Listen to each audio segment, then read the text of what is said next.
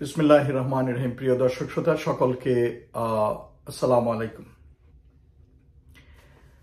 গত 16 তারিখ গোপালগঞ্জে যে ঘটনাটি ঘটে গেল তার প্রেক্ষিতে শেষ পর্যায়ে যখন আর্ম পুলিশ তারা বিষয়টিকে মোকাবেলা করতে পারছিল না ঘটনাটিকে, তখন সেনাবাহিনী ইন্টারভিন করে। অনেকে এখন অনেক আতেল উল্টাপাল্টা কথা বলার প্রয়াস পাচ্ছেন যে বাংলাদেশের সেনাবাহিনী এইখানে মানবাধিকার লঙ্ঘন করেছে এবং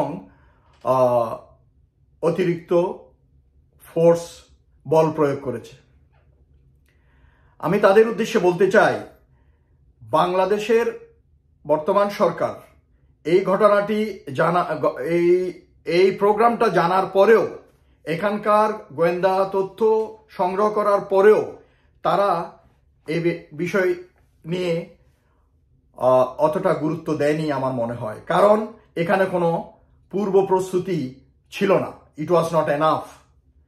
এখানে প্রয়োজনীয় প্রস্তুতি ছিল না, নিরাপত্তা প্রস্তুতি ছিল না, এবং সেই জন্য ঘটনাটা এত দূর গড়িয়েছে। না হলে অতি সহজেই এটাকে দমন করা যেত। পুলিশের ভিতরে আমরা অনেককে দেখলাম খুবই সক্রিয়, মব বা ভায়োলেন্স এগুলো থামানোর চেষ্টা করছিলেন, কিন্তু আবার অনেককে দেখলাম হাত গুটিয়ে রাস্তার পাশে দাঁড়িয়েছিল। তাদেরকে আইনের আওতায় আনা উচিত। ক্যামেরাতে তাদের সবার ছবি আছে। 2 নম্বর হচ্ছে, তারপর আসলো আর্ম পুলিশ আসার পরেও তারা বিভিন্ন জায়গায় আগুন লাগিয়ে দিল, ওদের উপরে ইট পাটকেট শুরু করলো এবং ওরা পারছিল না। পরবর্তীতে সেনাবাহিনী আসে। সেনাবাহিনী যখন ইন এইড অফ সিভিল পাওয়ার কাজ করে, পূর্ববর্তীতে আমরা দেখেছি যেহেতু সেনাবাহিনীকে হাতে ম্যাজিস্ট্রেসি পাওয়ার থাকতো না, একজন ম্যাজিস্ট্রেট সাথে থাকতেন এবং তার আদেশেই বল প্রয়োগ করা হতো। এখন সেনাবাহিনী যাওয়ার পরেও সেই সন্ত্রাসী আওয়ামী লীগ এবং ছাত্রলীগের গুন্ডারা, মাস্তানরা, সন্ত্রাসীরা, খুনিরা তারা আবার প্রয়াস পায় সেনাবাহিনীর উপরে হামলার।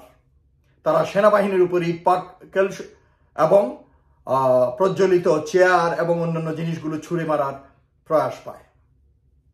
তো সেনাবাহিনী কি আঙ্গুল চুষবে, ক্যান্ডি চুষবে?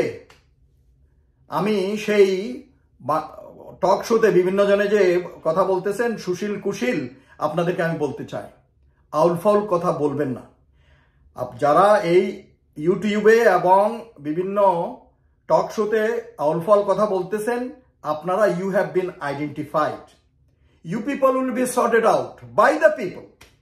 কারণ আপনারা কাদের সুরে, কাদের এজেন্ডা বাস্তবায়নে কথা বলতেছেন বিভিন্নভাবে, যেখানে বলার কথা সেটা বলেন না দেশের স্বার্থে, আর যেখানে কোনো একটা পজিটিভ ইতিবাচক পদক্ষেপ নেওয়ার পরেও বা দেশের উন্নয়ন বা স্বার্থের জন্য কোনো পদক্ষেপ নেওয়ার পরেও আপনারা ওইটাকে নিয়ে বেহুদা আননেসেসারি কোনো বস্তুনিষ্ঠ তথ্য ছাড়া আপনারা সমালোচনায় লিপ্ত হন। সো আমরা জানি এই যে মিডিয়ার মাধ্যমে এখন আপনাদের চেহারাগুলো জনগণের কাছে পরিচিত, কাজেই হিসাবে কথা বলেন, তো না হলে জনগণ আপনাদের বিচার করবে। সেনাবাহিনী, আমি সবার উদ্দেশ্যে বলতে চাই, সেনাবাহিনী গোপালগঞ্জে রুলস অফ এঙ্গেজমেন্ট ফলো করে তারা ওখানে যে বল প্রয়োগ করেছে সেটা ছিল প্রয়োজনীয়। তারা প্রয়োজনের বাইরে এক্সেসিভ অতিরিক্ত কোনো বল প্রয়োগ ওখানে করেনি। যারা জানেন না উল্টাপাল্টা কথা বলবেন না। আপনি যদি বলেন তাহলে আমরা ধরে নেব আপনি ভারতের দালাল, ভারতের এজেন্ট, ভারতের টাকা খেয়ে আপনি দেশের স্বার্থের বিরুদ্ধে কথা বলতেছেন। আপনারা বলেন, আজকে অনেকেই হয়তো বলতেছেন।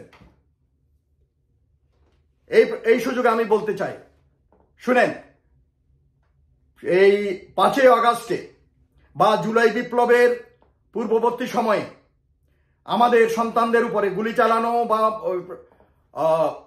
স্বৈরাচারীকে সহযোগিতা করার জন্য বিভিন্ন ক্ষেত্রে যেরকম অনেকেই জড়িত ছিল, সেরকম বিভিন্ন বাহিনীতেও ছিল। সেনাবাহিনী তো হচ্ছিল, আমি স্বীকার করি।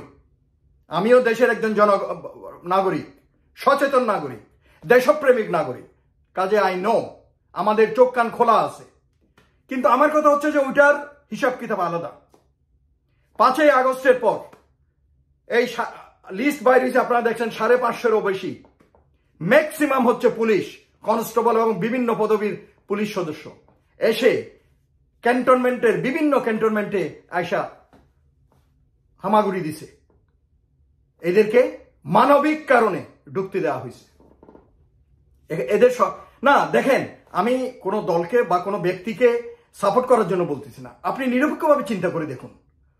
এই যে লোকগুলা জানের ভয়ে পালায় আসলো, পিছনে মব, রাস্তায় থাকলে মেরে ফেলবে। এই যে সেদিন মিটফুটে যেই লালচাঁদকে মারলো, সোহাগকে মারলো পাথর দিয়ে, তেতলিয়ে তেতলিয়ে পিটিয়ে, সেই একই কায়দায় তাদেরকে কি মারতো না? এখন আপনারা চিন্তা করে দেখুন, এই কাজটা যদি হতো 1 সপ্তাহ 2 সপ্তাহ হয়তো কিছু হতো না, পরবর্তীতে এটার রিপারকাশনটা দুনিয়াব্যাপী কি হতো? বিশ্ব মানবাধিকার সংগঠনগুলো উঠে পড়ে লাগতো। আমাদের দেশের শত্রু যারা এইটাকে একবারে লুফে নিয়ে আরো বেশিভাবে প্রচার প্রপাগান্ডা করত। বাংলাদেশের ভাবমূর্তি এবং বাংলাদেশ কি ওই পর্যায়ে ছিল বা এখনো আছে ওই ধরনের কোনো অপবাদ বা ওই ধরনের একটা চাপ আন্তর্জাতিক এটাকে ট্যাকেল করার হতো না। এবং আন্তর্জাতিকভাবে আমাদের দেশের ভাবমূর্তি কি হতো চিন্তা করে দেখেন। একইভাবে এই যে সেনাবাহিনী সেদিন এসে, সেদিন যদি ওদেরকে সেই উদ্ধত আওয়ামী লীগের সন্ত্রাসী এবং ছাত্রলীগের সন্ত্রাসীদেরকে যদি না থামাতো, প্রয়োজনীয় বল প্রয়োগ করে, তাহলে কি অবস্থা হতো? অনেকে প্রপাগান্ডা করতেছেন যে ওদেরকে এপিসিতে করে সেনাবাহিনী পালাইতে সাহায্য করছে। পালাতে সাহায্য করে নাই, তাদেরকে ওখান থেকে নিরাপদে চলে যেতে সাহায্য করছে। খালি সব সময় নেতিবাচক কথাবার্তা আপনারা বলবেন না, ইতিবাচক কথা বলুন, সবাইকে সহযোগিতা করুন, কোনো ভালো কাজে অ্যাপ্রিসিয়েট করা শিখুন। না হলে আপনারা জাতি হিসাবেও কখনো উপরে যেতে পারবেন না। সেই হীনমন্যতায় এবং পরাজিত মানসিকতা নিয়ে আপনারা বেড়ে উঠবেন এবং আগাছার মতো বেঁচে থাকবেন যতদিন থাকবেন। বিদেশি এজেন্ট হিসাবে কাজ করবেন, বিদেশি টাকা খেয়ে, বিদেশের ইশারায় দেশের বিরুদ্ধে আপনারা কাজ করবেন। কাজেই লাউড অ্যান্ড ক্লিয়ার আমি বলতে চাই, কেউ যদি এসে আমার সাথে চ্যালেঞ্জ করতে চায়, আই এম রেডি। যে বাংলাদেশ আর্মি গোপালগঞ্জে 16 তারিখে did not use excessive force, তারা যতটুকু ফোর্স ইউজ করার ছিল ততটুকু ছিল। তারা যদি সেদিন সময় মতো ওখানে এসে ওভাবে না করতো, কি অবস্থা হতো আপনারা বলেন? আপনারা কোনো একটা ঘটনা চরমে চলে গেলে এটাকে থামাতেও দেবেন না, থামালেও উল্টাপাল্টা কথা বলবেন। যারা এটা নেগেটিভ বানাবে তাদের সাথে আপনারা লাফাইতে থাকবেন, এটা কি কোনো কথা? Come to your senses my dear countryman. আমার প্রিয় দেশের লোকজনকে আমি বলতে চাই, যারা বুঝেন না অবুঝ, যে নিজেদের সেন্সে আসেন, চেতনায় ফিরে আসুন।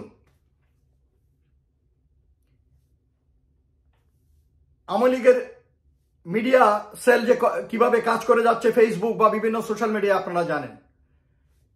তারা বিভিন্ন কাস্টমাইজ করে এআই জেনারেটেড ছবি টবি দিয়ে উল্টা পাল্টা খবর ইয়ে করতে, আপনারা এগুলো জানেন না? এগুলাকে আপনারা বর্জন করুন, এগুলাকে শেয়ার করবেন না। একটা ছবি দেখতেছি, একটা ডেড বডি, তার উপর আইনে দিছে এক সেনা সদস্যের ছবি, পা দিয়ে ইয়ে দিচ্ছে। Nothing happened. আমি দায় নিয়ে বলছি, আমি সত্য কথা বলছি। সেনাবাহিনীর কোন সদস্য এ ধরনের ডেড বডির উপরে পা দিয়ে পাড়া দেয় নাই। This is AI generated. আপনারা বুঝেন না দেশবাসী? এই সেনাবাহিনী আপনাদের সেই 71-এর পর থেকে বিভিন্ন দুর্যোগের সময়, অর্থনৈতিক দুর্যোগ, রাজনৈতিক দুর্যোগ, সামাজিক দুর্যোগ, প্রাকৃতিক দুর্যোগ, প্রত্যেক দুর্যোগে আপনাদের পাশে কি এই জাতির গর্ব সেনাবাহিনী থাকেনি? আরে সেনাবাহিনী কি জেনারেল ওয়াকারের বাপের নাকি? সেনাবাহিনী কি আপনার বাপের? সেনাবাহিনী কারো বাপের না। সেনাবাহিনী বাংলাদেশের একটা রাষ্ট্রের যন্ত্র। বাংলাদেশ যতদিন থাকবে সেনাবাহিনী থাকবে। সেনাবাহিনীতে যারা চাকরি করতেছে এরা চলে যাবে, আসবে, চলে যাবে, রিটায়ার করবে, মরে যাবে, কিন্তু সেনাবাহিনী কারো ব্যক্তিগত সম্পত্তি নয়। কাজে সেনাবাহিনীকে আপনারা আঘাত করবেন না, সেনাবাহিনীকে উল্টাপাল্টা সমালোচনা করবেন না। আমরা দেখি কিছু ইউটিউবার আননেসেসারি কিছু উল্টাপাল্টা তথ্য সংগ্রহ করে, যেগুলোর কোনো বস্তুনিষ্ঠ না। মানে আগে তো পারতো না, এখন মনে করছে যে একবারে everything is open. No my dear, সেই ইউটিউবারদেরকে আমি বলতে চাই এটা কিন্তু এত ওপেন না, আপনারা ধরা খাবেন। কারণ জাতীয় নিরাপত্তা সংক্রান্ত স্পর্শকাতর বিষয় নিয়ে বেশি ঘাটাঘাটি নাড়াচাড়া করলে শত্রু পক্ষ অনেক অ্যাডভান্টেজ পায়। আপনারা যদি এই সশস্ত্র বাহিনীর বিভিন্ন বিষয় নিয়ে, স্পর্শকাতর বিষয় নিয়ে মনে করতেছেন যে জনগণকে অনেক কিছু জানাচ্ছেন, অনেক তথ্য উদ্ঘাটন করতেছেন, কিন্তু আপনি কোন সোর্স থেকে খবরগুলো নিচ্ছেন? এখানে অনেক অসত্য, অনেক বানোয়াট, অনেক ব্যক্তিগত আক্রোশের ভিত্তি থেকে তৈরি করা খবর আমি জানি। এই যে বিভিন্ন বিদেশে আছে অনেক ইউটিউবার, আপনারা যাদের থেকে খবর নেন তারা কারা? তাদের মনে অনেক কষ্ট, কারণ ওনাকে চাকরি থেকে বের করে দিছে, ওনার চরিত্রের দোষ ছিল, ওনার বিভিন্ন জায়গায় ইনভলভমেন্ট ছিল। এই কোর্ট মার্শাল করা থার্ড ক্লাস ফালতু অফিসারদের থেকে আপনারা ইনফরমেশন নেন। This are not confirm information. আর ইনফরমেশন পাইলেও যেটা সেটা আপনারা প্রতিরক্ষা সংক্রান্ত খবর আপনারা দেখেন, পার্শ্ববর্তী ভারতের দিকে তাকান, তাদের ইউটিউবার বিভিন্ন মিডিয়া টিভি চ্যানেলে আপনারা কি প্রতিরক্ষা সংক্রান্ত ইনফরমেশন খুবই পান?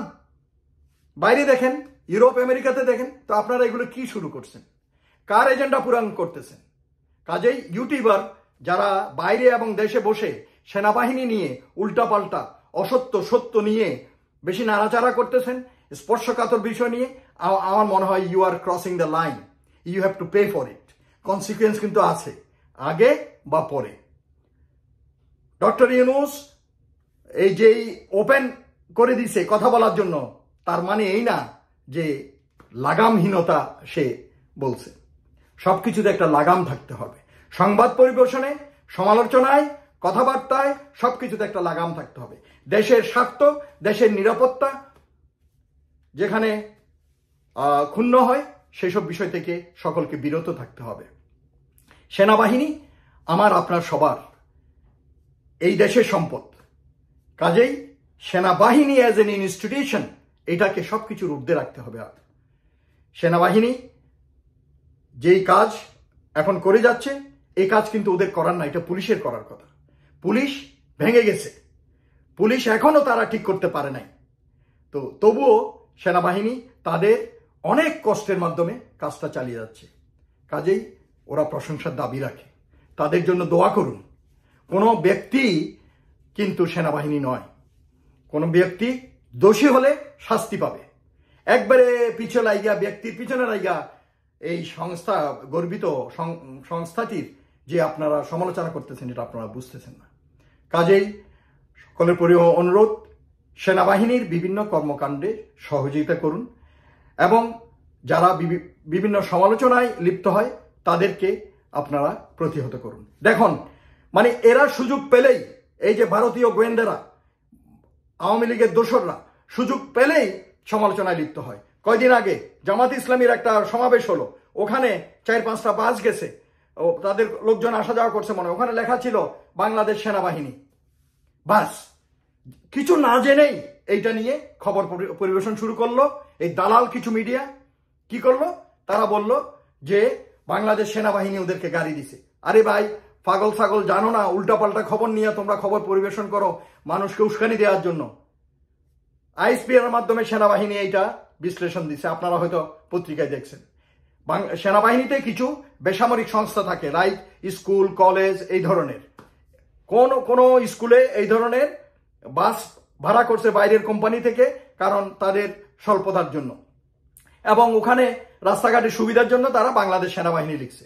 ওদের কন্ট্রাক্ট শেষ হয়ে যাওয়ার পরও, ওই গাড়িগুলো ফেরত যাওয়ার পরও ওই কোম্পানি তারা ওই যে বাইরে সুবিধা লুটার জন্য রাস্তাঘাটে নাম মুছে নেয়। ওইটা দেখে এই অবস্থা। তো আমাদের দেশে এই ব্যাপার, এখানে আমি একটু মিডিয়াকেও বলতে চাই যে আপনারা বস্তুনিষ্ঠ এবং সুস্থ সাংবাদিকতা করুন, না হলে এই যেই জুলাই বিপ্লবের জেনজি আপনাদেরকে ছাড়বে না। সকলে ভালো থাকুন, ধন্যবাদ।